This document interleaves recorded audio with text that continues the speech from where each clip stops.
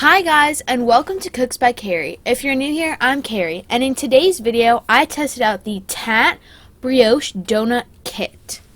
This recipe is not a healthy one, but it is coming up to the weekend, so I thought this was a perfect thing to share. Alrighty, let's get into the video. If you don't know what TATTE is, because I didn't know what it is either, and if I'm pronouncing it wrong, please let me know in the comments down below. If I am, I'm really sorry. But it's a bakery from Boston, and they also have it in DC, and I live near one.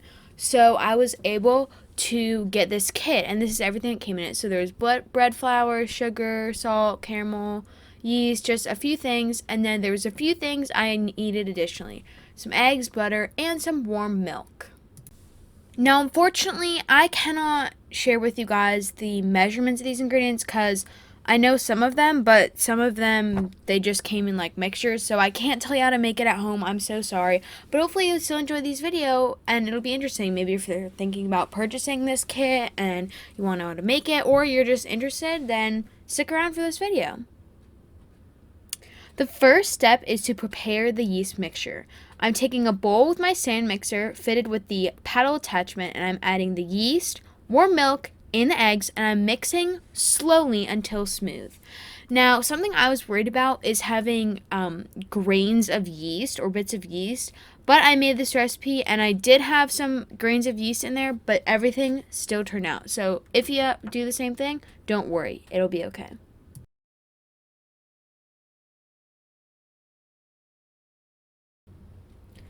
Now in a separate mixing bowl, I'm combining all the dry ingredients with a wooden spoon. So I'm taking the bread flour and then the sugar salt mixture and combining them up.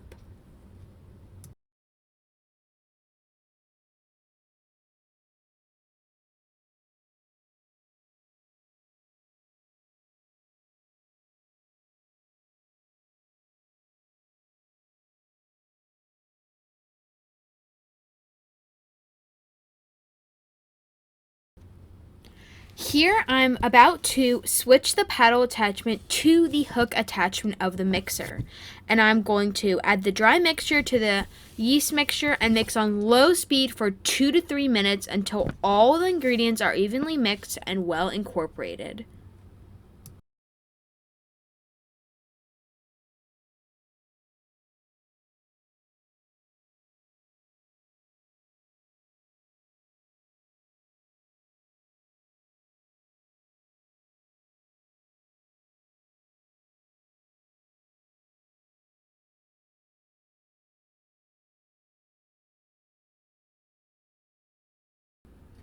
Now the mixture is all evenly mixed and well incorporated, so I'm increasing the speed to medium, and I'm mixing for 5 to 7 minutes until a dough forms a ball in the middle of the mix and comes cleanly off the sides of the bowl.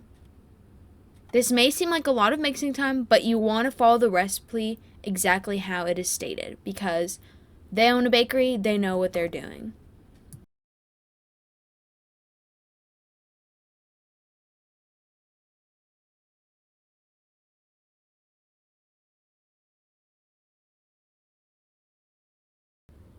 Now that it's all mixed, I'm going to keep my mixer on medium speed and slowly add the butter 1 cube at a time. My cubes are kind of small, so sometimes I did 2 or 3, but just you want to do it in small amounts. And you're going to wait for the last cube to be fully incorporated before adding the next cube of butter. And you're going to repeat this until you don't have any butter left.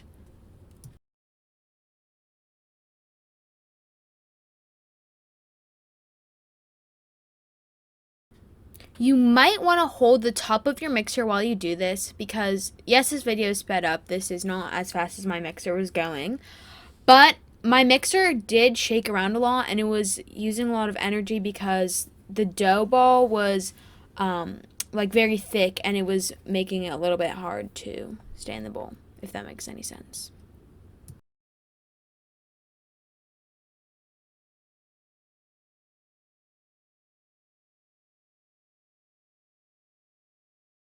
Now that all the butter cubes have been added in, I'm going to allow the dough to mix for 5 to 7 more minutes to make sure that all of the butter has been absorbed. This is a lot of time. We're looking at like over 14 minutes total, but you again, follow the recipe like it says. Oh, I forgot to mention, while you are mixing the dough, you can occasionally stop, scrape down, and stir. This is just a portion of my mixing. So now that I've done that, I am going to put the dough on a parchment lined sheet pan. I didn't have parchment, so I just used a Sillipat sheet. And I would actually recommend flouring it. I did not do this, but I would recommend that. And you're going to flatten it out by your hands to form about a disc that's 2 inches thick. And if your dough is very elastic and springs back, you're going to allow it to rest for 10 minutes and then try again. Once I've made my disc, I'm going to cover it in plastic wrap and put the dough into the refrigerator. The dough can sit for as little as 4 hours or overnight. I went with the overnight method because I started this process on a morning and I was like, oh my gosh, I'm so excited. I'm going to eat these this morning. And then I figured out I couldn't have them till the next morning. So this is a 24-hour process. Keep that in mind.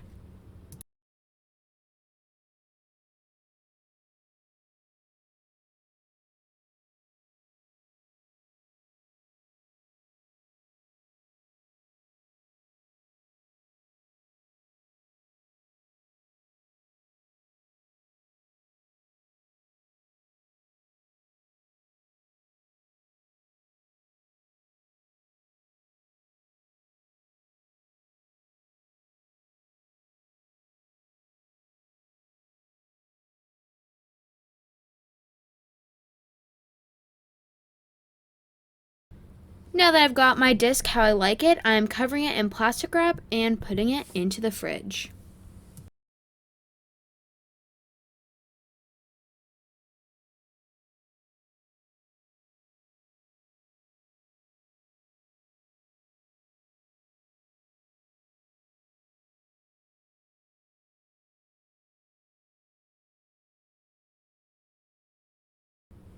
Alrighty, now it is early the next morning, and I am going to roll it out on a slightly floured surface. You want your dough to be about 3/4 of an inch thick, but I kind of rolled mine too thin, so mine was more like a 1/4 inch thick for most of them. And then a few of them I re-rolled at the end and they became way thicker. But a 1/4 inch thick actually worked pretty well for donuts. They puffed up, so they definitely worked. So I'm going to roll them all out, and I just found some cutters I found in my house. And I used a piping tip for the hole, and then just like this weird like emoji cookie or sandwich cutter thing for the rest of them, which you'll see like in a minute or two. And then I'm going to cover in plastic wrap again and put them somewhere warm in my house and leave them there for 1 hour. They have to double in size.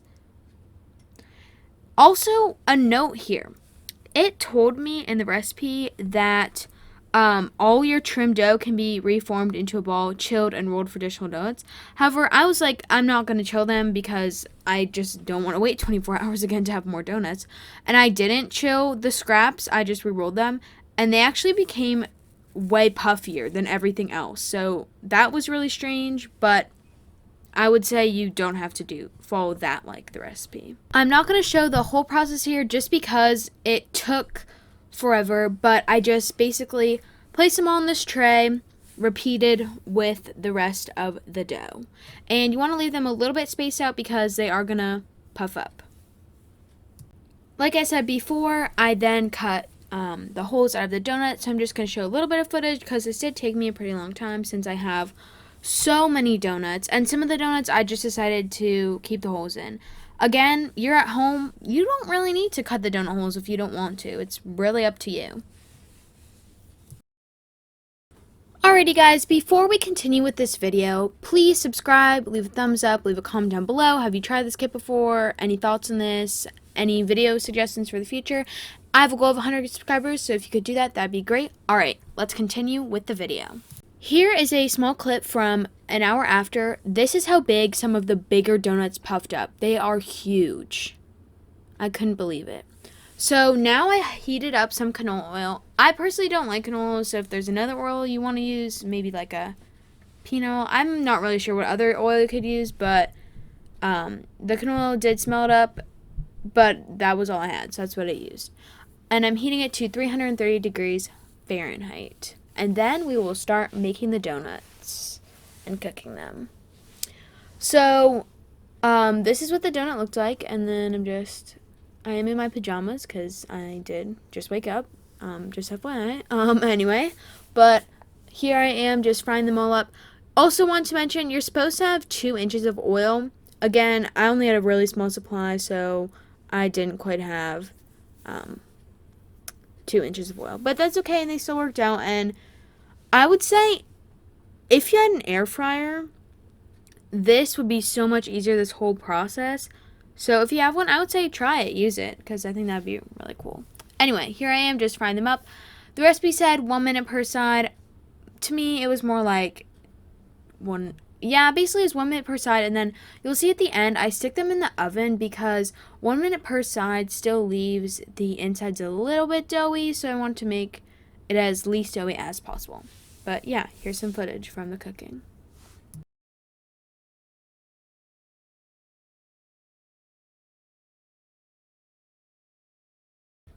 I repeated the cooking with all the donuts. I had a lot in total, so it did take me quite a while, like half an hour or so. But then after I did it, you can see here, I put them all in the oven. And you can see those are the size of the donuts that were really small before, so they were perfectly fine. Now I'm just showing how I'm decorating them. So it came with some caramel glaze, some vanilla sugar, and some hazelnuts. And you can see I've decorated a lot of them already with the miscellaneous stuff. You could also decorate them a new way if you wanted, but that's just what I did. And they ended up so good. Loved the taste. The canola oil did make them a little less good, but it was okay. My final rating, 7 out of 10. Pretty fun. It does take a lot of effort and time, but the end product was really good. Alrighty, that's it for today's video. I hope you love this Foodie Friday. Please make sure to subscribe, like, and comment down below. Also, follow me on Instagram at Cooks by Carrie. I post lots of fun photos of the food I cook. That's all for now, and I'll see you on Monday at 4 p.m. Eastern Standard Time for a new video. Alright, bye guys.